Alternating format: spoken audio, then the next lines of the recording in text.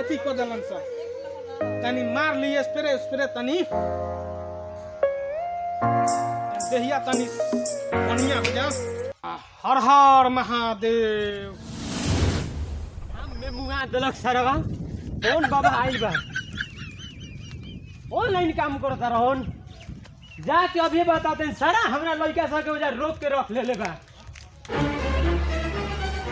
आज उहे बुझी यार कहाँ के बाबा आइल बा ये का तकलीफ बा अपन ईमेल आईडी दी हम अभी बता देता नी। तू ईमेल आईडी से बतावे लो ईमेल आईडी से बतावे नी हम नहीं और छोटका हे कर धइले बा भूत ने बतावा एकरा ईमेल आईडी से यार बा ये बैठो बैठ तनी बाबू तारा देखिए तनी ईमेल आईडी सारा हमर बताइए परेशान काहे बोल बने अपन ईमेल आईडी बोली ना। लिखो www.com ठोकन बाबा www.com ठोकन बाबा। पासवर्ड बोला पासवर्ड लिखो 420 420 हां का पासवर्ड हो तू लिखो ना लिखो देखो एक और हाँ खुल तो गई देखा खुल गई तो धइले बाबा का धइले बा बरम 50 हो। हां धइले बा बरम 50 देखा देखो ठीक तो कर दे। हां एकदम ऑनलाइन ठीक करबो ऑनलाइन ठीक कर दे।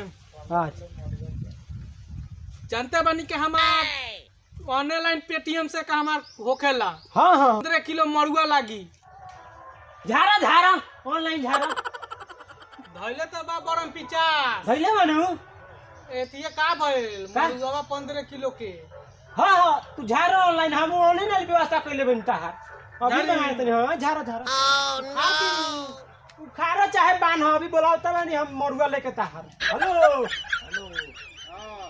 आ तनी 5-6 बोरा 5 बोरा मरुआ लेके आबो सोइंगरा खाती ठीक बा हो तनी सर चल उखर बाबूआ उखर मैं भूत धइले बा उखाड़ तले ओते के धइले ना अभी उखड़ी अरे उखर खरब द भू लेके धइले ना उखर आ गलो है तार 4 बोरा मरुआ लेके 4 बोरा मरुआ आ गइल ता आ गइल 4 बोरा मरुआ लेके आइल बानी सो तनी हट बाबू तो तनी हट बाबू तनी साइड में आ ग्राहक हमर हलो का एकदम तार के देहाई कदी आइल मरुआ ऑनलाइन भूत देबा तोरा तू